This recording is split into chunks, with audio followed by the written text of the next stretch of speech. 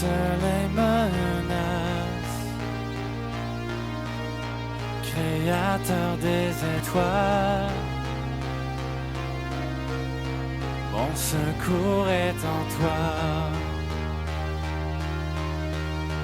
Si mes larmes ruissellent et que mon pas chancelle, Créateur de la terre, mon secours est en toi.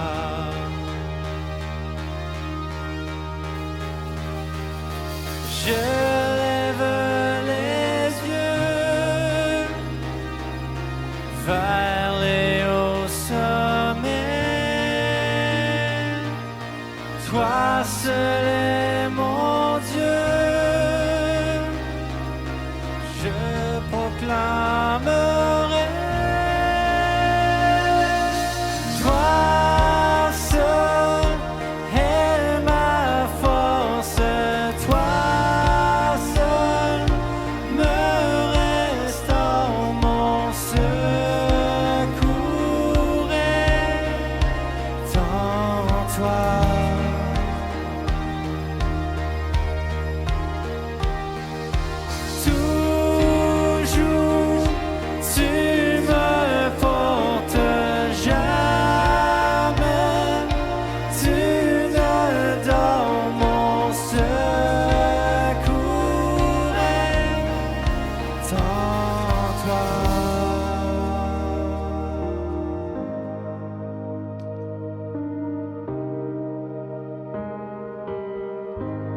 Si la peur m'envahit et mon âme chavire, Créateur de la vie, mon secours est en toi.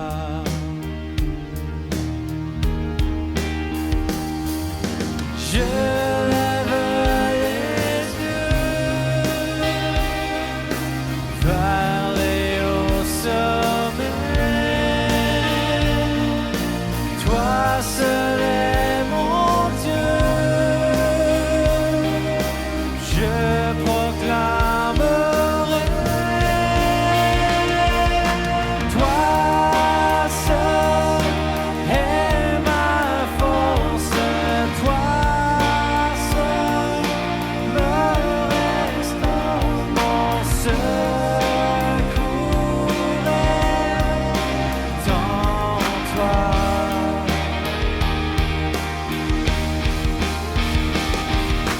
Toujours tu me portes, jamais tu ne donnes, mon secours est en toi.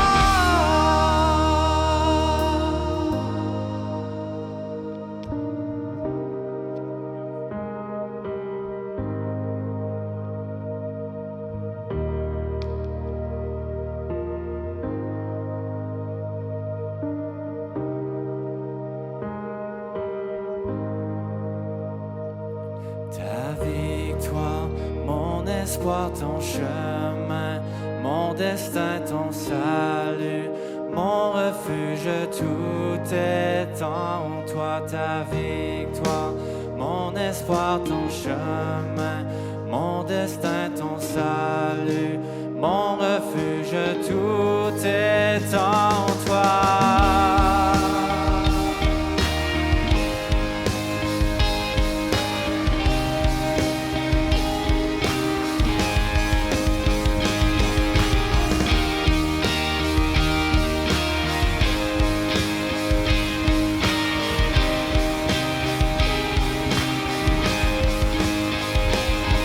Ta victoire, mon espoir, ton chemin, mon destin,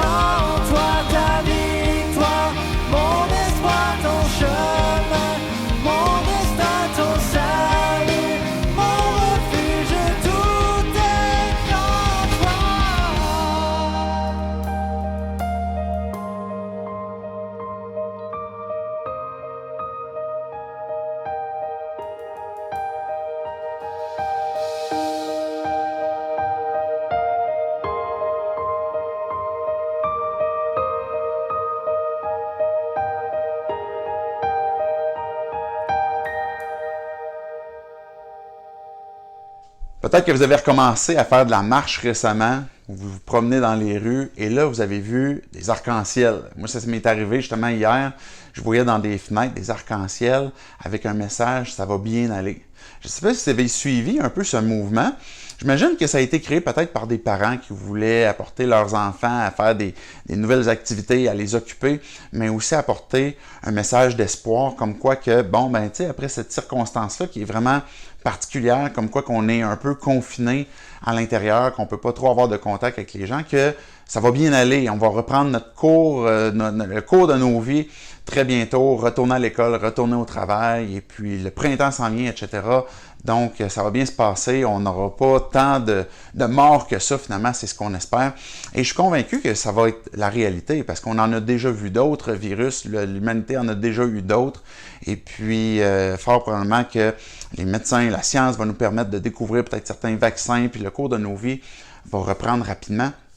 Mais j'ai trouvé particulier en même temps comment est-ce que, en une semaine, au moment où je vous parle, dans le fond, on est vendredi, v'là une semaine, v'là 9 jours, le gouvernement nous disait comme quoi que, OK, on doit arrêter toute rencontre, tout contact, le vendredi, le lendemain qui suivait, OK, on ferme les cinémas, les salons de quai, toute aire de jeu, et puis le samedi, le dimanche, etc. Et donc, ça conduit à prendre conscience comme quoi que le cours de nos vies est vraiment fragilisé de par ce virus qui est en train de venir, et non seulement au Québec, mais on voit en Europe, en Asie, à travers le monde, comme quoi qu'il y a peut-être juste la Russie, là, je ne sais pas, qui ne sont pas affectés, mais comme quoi qu'au travers du monde, ben la vie est en train de ralentir.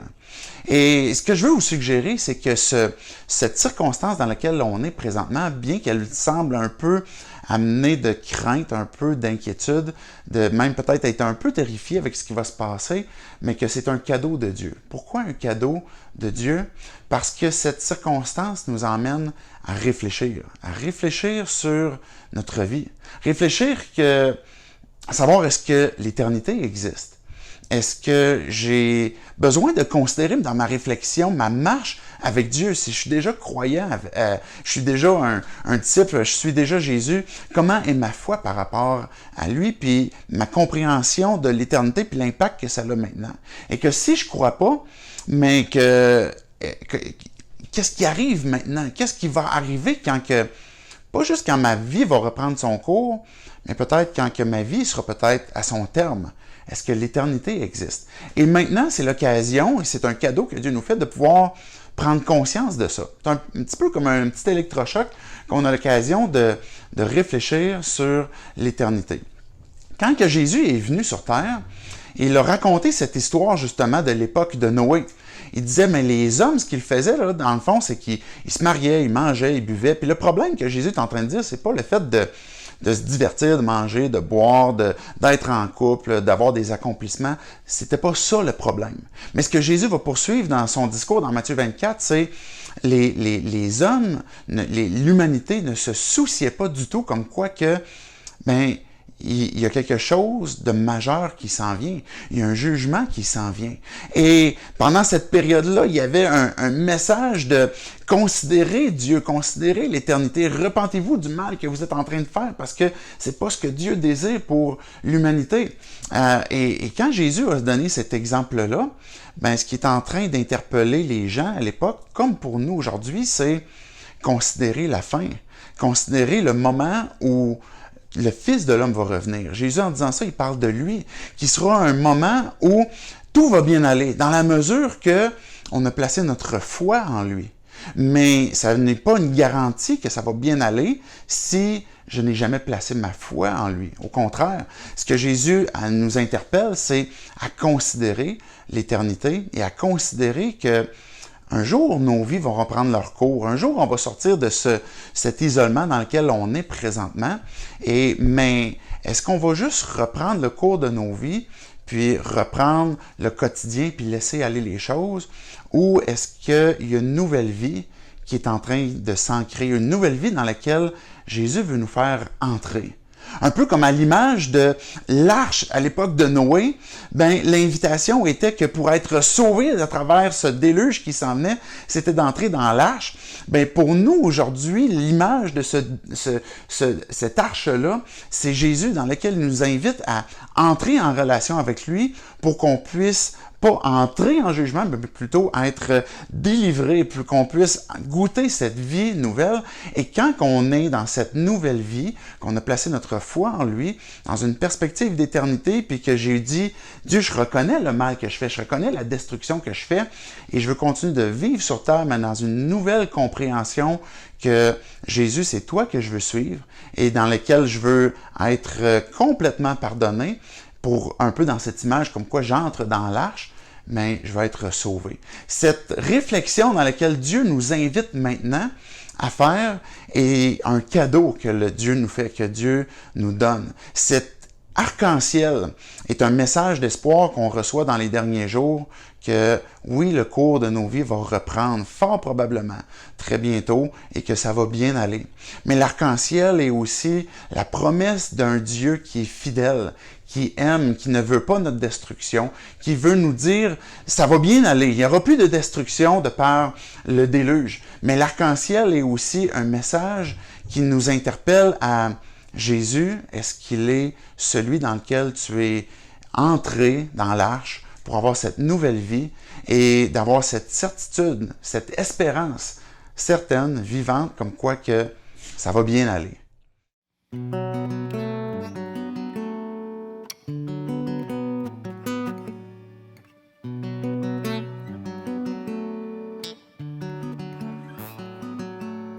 Je viens vers toi dans le secret, en ta présence, je veux rester. Tu seras toujours là.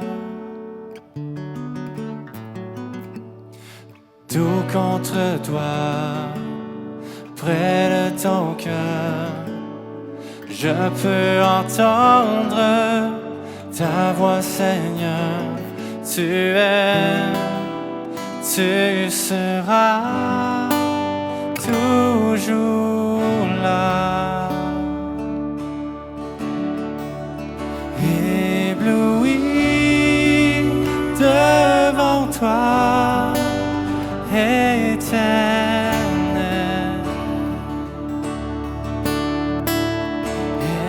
ébahi par l'amour de ton ciel. Je suis là à tes pieds,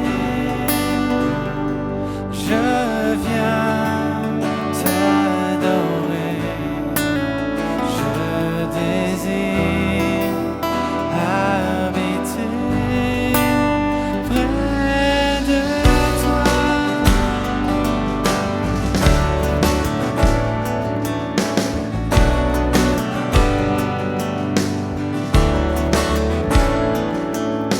Je vois ton bras, je sens ta main, tu me protèges, tu me soutiens, tu seras toujours là.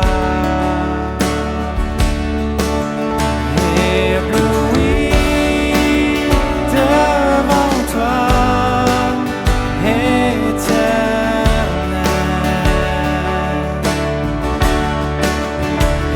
ébahi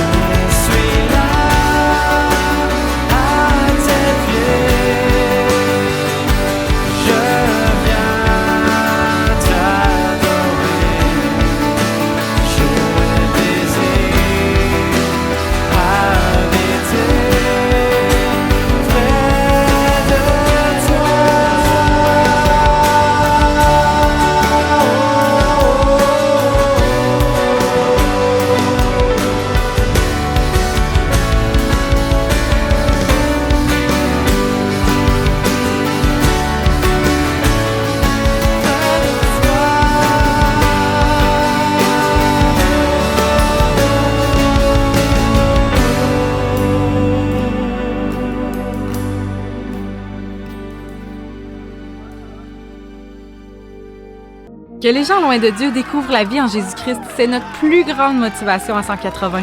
Tu veux contribuer et donner pour cette mission? C'est super simple. Prends ton sel et texte au 77977 le mot Église 180 et clique sur le lien qui te sera envoyé.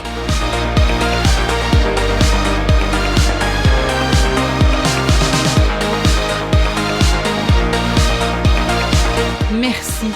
Ta contribution fait une vraie différence dans la vie des gens.